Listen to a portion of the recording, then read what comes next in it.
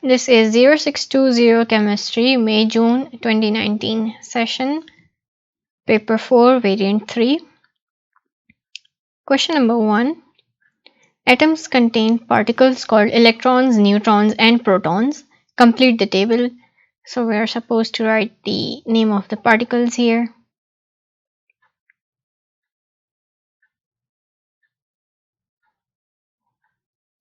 Alright, so the particle which this is the position of the particle which orbits the nucleus is electron,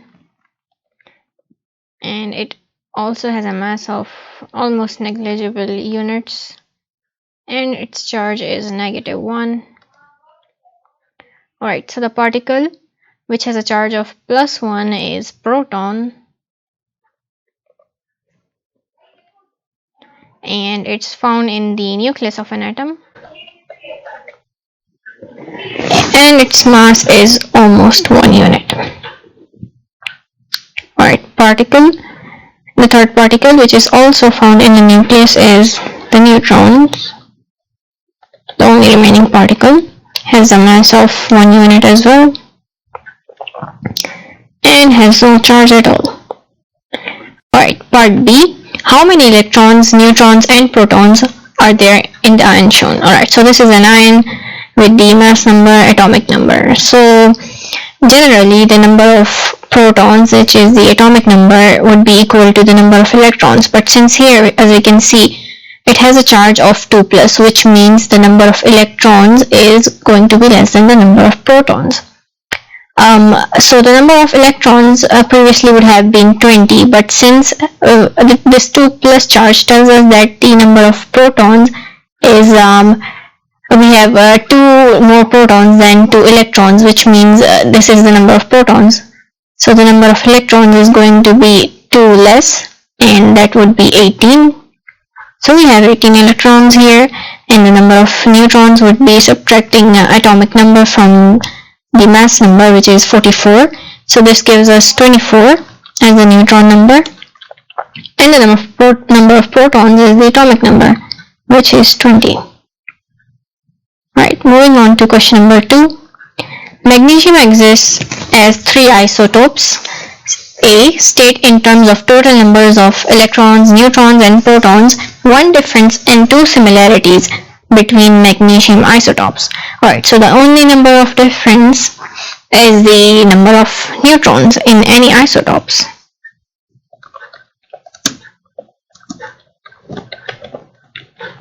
And similarities are the number of protons and electrons.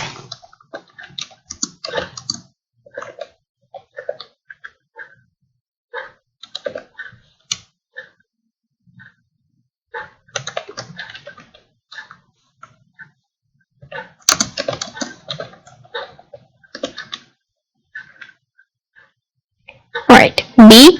All isotopes of magnesium react with dilute hydrochloric acid to make hydrogen and a salt. 1. Why do all isotopes of magnesium react in the same way?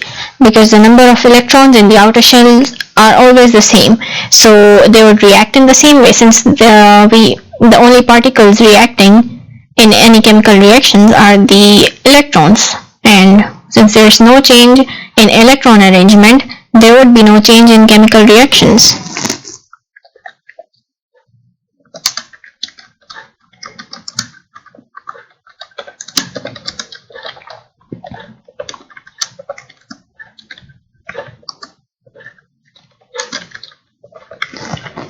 Okay, part 2. Write a chemical equation for the reaction between magnesium and dilute hydrochloric acid. So we have magnesium with HCl, which gives us magnesium chloride and hydrogen. And since we have a 2 chlorine and hydrogen atom on the product side, we're going to balance it on the reactant side as well.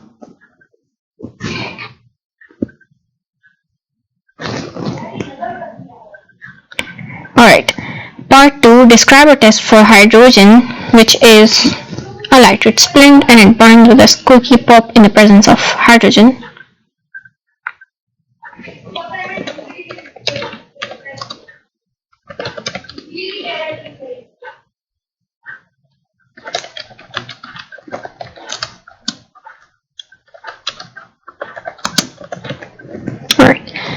Magnesium is a metal. Describe the structure and bonding of metals. Include a label diagram to your answer. So in metals, usually the electrons in the outermost shell come out of their shells, and so the atoms themselves become positive ions, and they are kept together by the force of the electrons which have come out of the shell. So those become ions in the sea of electrons, and so you have a lot of electrons in from all of those atoms. Alright, so the structure is somewhat like this. We have the large atoms, but they become ions once they lose their outer shell electrons and gain a positive charge. But they are kept together by the force provided by those electrons, and they are called electrons from the outer shell or mobile electrons.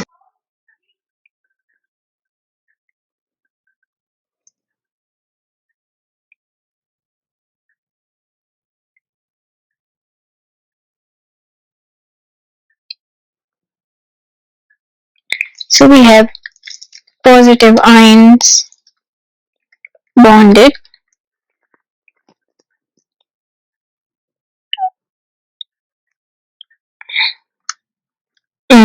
due to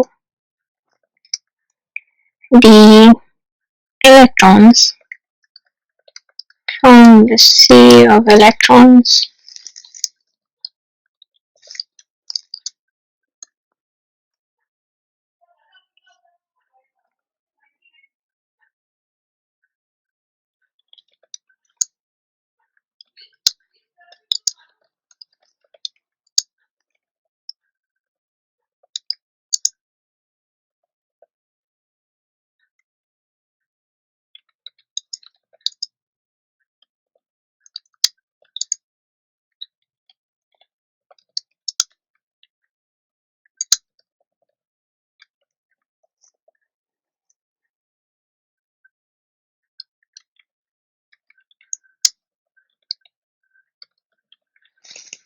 Okay.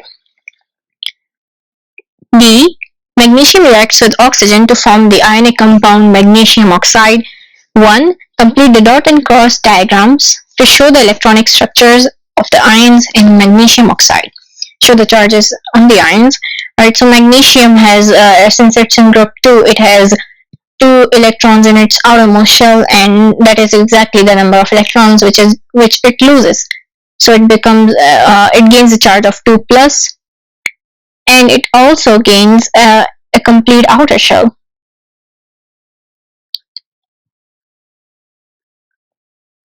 It previously had three shells, with the last one having only 2 electrons, but since those 2 electrons have been lost, magnesium now only has 2 shells, and both of them are complete. Okay, and so it gains a charge of 2 plus. And those 2 electrons are gained by oxygen, so it gains a charge of 2 negative.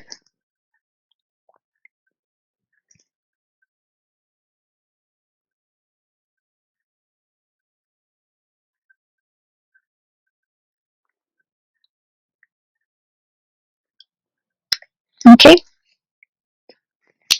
magnesium oxide melts at 2853 degrees Celsius. Why does magnesium oxide have a high melting point? So that is because of the strong forces of attraction between the opposite charges, that are magnesium and oxide charges.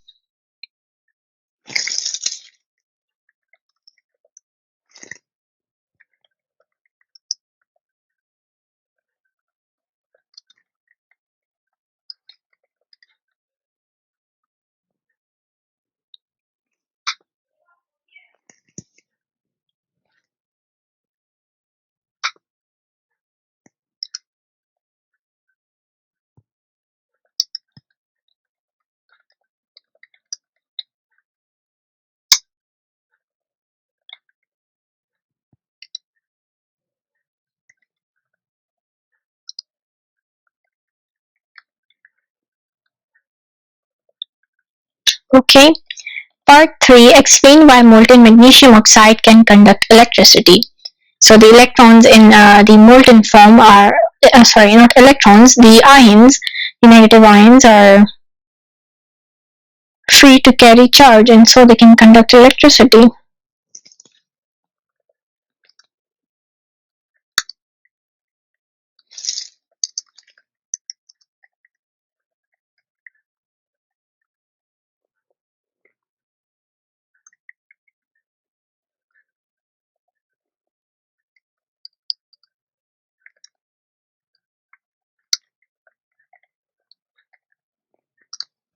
Alright, moving on to question number 3a, part 1. Sodium is in group 1 of the periodic table. Describe two physical properties of sodium which are different from the physical properties of transition elements such as copper. Alright, so the all of the elements in group 1 have a few distinctive properties, and some of them can be that they are all very soft,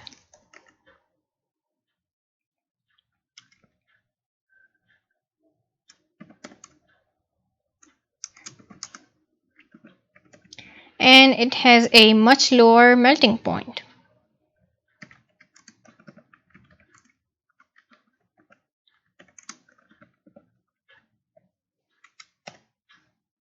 Alright, part 2. Sodium reacts rapidly with water. Give one observation when made when sodium is added to water, and that can be that the solid dissolves.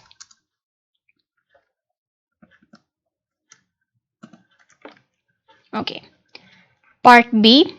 Some car airbags contain sodium azide. When a car bag is used, the sodium azide decomposes. The products are nitrogen and sodium. The equation for the decomposition of sodium azide is shown. Calculate the mass in grams of sodium azide needed to produce 144 dm cube of nitrogen using the following steps. Alright, calculate the number of moles in 144 dm cube of nitrogen measured at room temperature and pressure. Alright, so here we can see that dm cube of nitrogen denotes that nitrogen is in the form of gas, and to calculate the moles of a gas we need to use the formula volume provided in the question divided by the molar volume of a gas, which is 24. So we're going to be dividing 114 with 24, which gives us the answer of 6 moles. So we have 6 moles of nitrogen gas. Determine the number of moles of sodium azide needed to produce this number of moles of nitrogen. Alright, so here we don't have any other values than the number of moles and the volume of nitrogen, and we're going to be using this number of moles of nitrogen to deduce the number of moles of sodium azide from the equation. So we have the set ratio over here as 2 moles of sodium azide giving us 3 moles of nitrogen, and we have 6 moles of nitrogen. Let's write it below nitrogen as well. Now we're going to use this we're going to be using this ratio to reduce the number of moles of sodium azide present over here. We'll multiply 6 with 2, which gives us 12, and then we'll divide it with 3, which gives us the answer of 4 moles. This is all cross multiplication over here, which gives us the answer of 4 moles as the for sodium azide. Calculate the relative formula mass of sodium azide. To calculate the relative formula mass of this compound, we're going to be adding up the atomic masses of all of the atoms in this compound. Sodium has a relative atomic mass of 23, with nitrogen having 14, but since we have 3 atoms of nitrogen over here, we're going to multiply it with 3, and this gives us the answer 65. So the MR is 65, and calculate the mass of sodium azide needed to produce 144 dm cube of nitrogen. So mass is given by the number of moles multiplied by the molecular mass, and both of these values have already been calculated. So 65 times 4 gives us the answer as 260 grams of sodium azide. Okay, moving on to part C. Some airbags contain silicon oxide. When the airbag is used, sodium oxide is formed. Oxides can be classified as acidic, amphoteric, basic, or neutral. Classify each of these oxides. Alright, so sodium is a metal, which means its oxide compound is going to be basic. And since silicon is a semi-metal and not a metal, this is going to be an acidic oxide. Part D. Lead acid is insoluble in water. Solid lead acid can be made in a precipitation reaction between aqueous lead nitrate and aqueous sodium acid. Deduce the formula. Alright, lead acid has the following formula. Deduce the formula of the acid ion. Alright, so as we can see over here in this compound, so lead 2 acid, this lead 2 tells us that the valency of lead in this compound is 2 plus. Alright, and which means we need a charge of 2 minus to cancel this out. And over here we can see that we have a total of 3 molecules of this acid ions, which means we have two ions of this acid ion, which means for this 2 plus we need 2 separate ions of each of having a charge of -1. And this also tells us that the acid ion has a charge of -1 only. So here we have the charge or ion. And another way to figure this out is whenever we write formulas of a compound, we always write the names of the ions or elements, and then we write their valency below them. So when we form this compound, when we cross these valencies with their elements, we get the following compound. So this tells us that here we have the lead ion has a charge of 2 and acid ion has a charge of 1, since lead only has 1 atom in this compound. So this is another way you can figure it out if that seems easier for you. Alright, complete the chemical equation for the reaction between aqueous lead nitrate and aqueous sodium acid to form solid lead acid and aqueous sodium nitrate. Include the state symbols. Alright, so over here we have lead nitrate along with sodium acid giving us the precipitate of lead nitrate. So this is going to be in the form of solid. And then we have aqueous sodium nitrate going to be in aqueous form. Alright, we need to balance this equation. So the number of oxygen over here is 6. So we have 6 oxygen atoms over here. We need to balance it on this side. So we're going to write a 2 over here. So when we multiply it with this 3, this gives us a total number of 6 oxygen atoms. And so we also need to balance the number of sodium on both the sides over here as well. And now we have our balanced equation.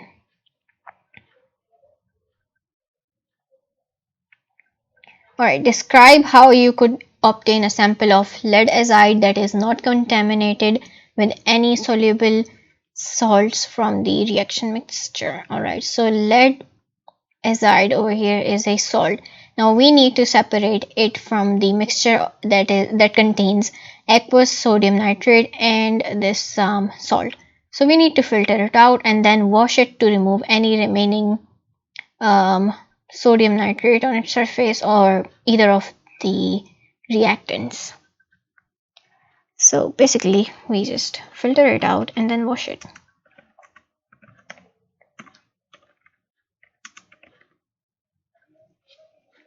Okay, an organic compound made from sodium azide has the composition by mass 49.5% carbon, 7.2% hydrogen, and 43.3% nitrogen.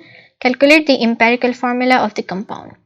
Alright, so first off, let's start with writing the names of all of the elements present in this compound. So we have carbon and hydrogen and nitrogen. Now we're going to have to calculate the moles. So to use the moles, instead of using the mass, the formula to calculate moles is mass over molar mass, but in this case we're going to be using the percentage instead of the mass.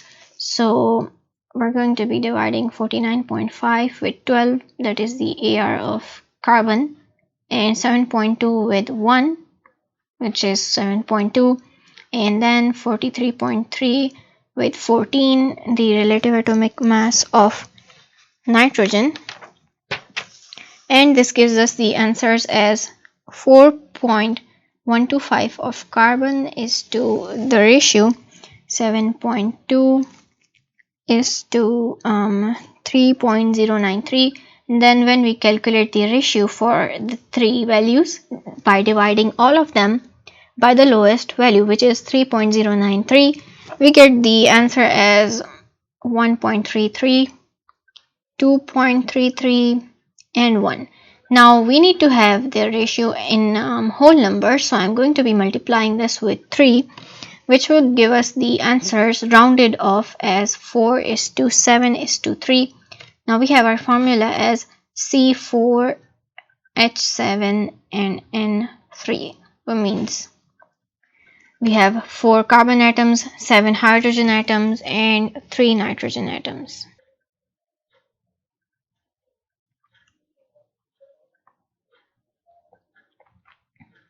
Alright, moving on to question number 4. Solutions of ionic compounds can be broken down by electrolysis. A. Concentrated aqueous copper 2 chloride was electrolyzed using the apparatus shown. The ionic half equations for the reactions at the electrodes are shown. So we have copper forming at the cathode and chlorine gas forming at the anode. 1. Platinum is a solid which is a good conductor. State one other property of platinum which makes it suitable for use as electrodes. Alright, so we use it because it is also inert, that is, it does not react, so we can have our products as it is. State what would be seen at the positive electrode during this electrolysis. So positive electrode has the chlorine gas forming, which means we'll be able to see the bubbles forming. So we'll be able to see gas bubbles.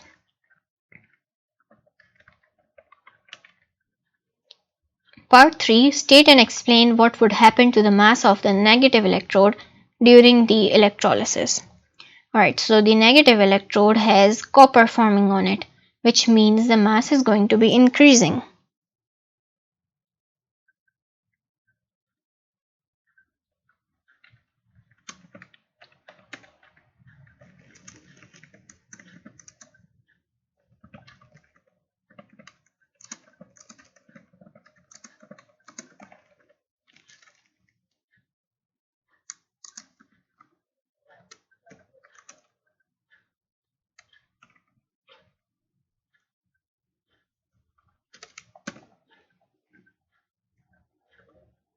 Okay, part 4. The concentrated aqueous copper chloride electrolyte is green. Suggest what would happen to the color of electrolyte during this electrolysis. Explain your answer.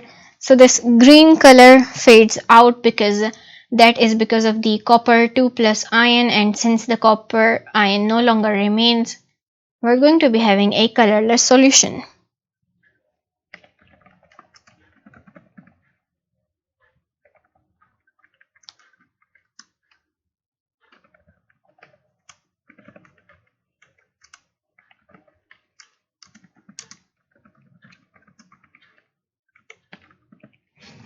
Okay, part 5.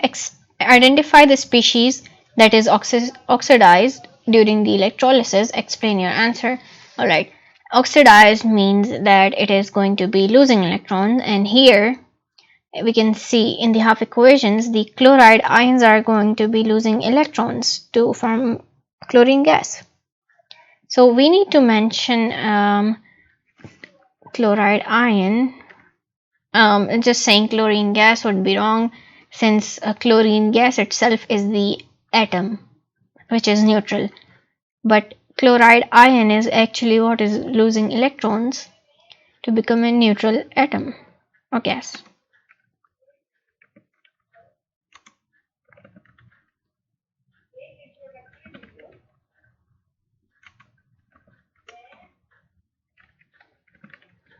Alright. B1. Metal objects can be electroplated with silver. Describe how a metal spoon can be electroplated with silver. Alright. Include what to use as the positive electrode and as the negative electrode. Alright. So we need to have the anode as pure silver and the cathode as the spoon which is going to be coated, since the whenever we use electroplating, the anode is always going to be reduced in mass, that is whatever metal we have to be using for coating is supposed to be on the anode, so that whenever it dissolves, the ions can be transferred onto the cathode. So we need to have anode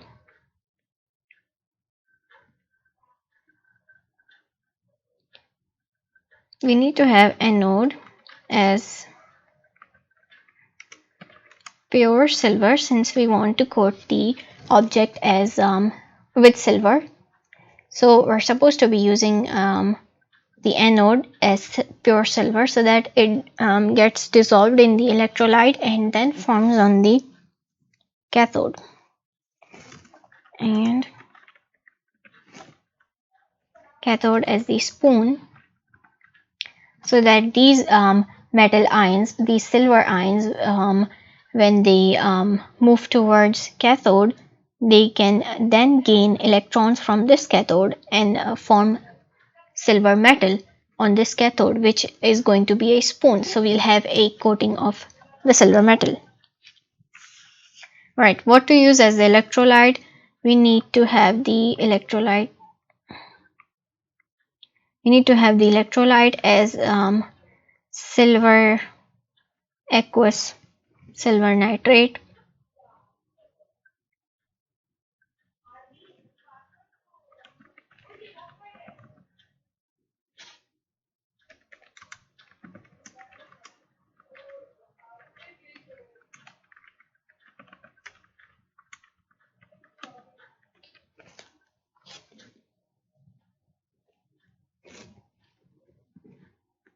An ionic half equation to show the formation of silver. Right, so we need to mention the formation of the metal from its ions.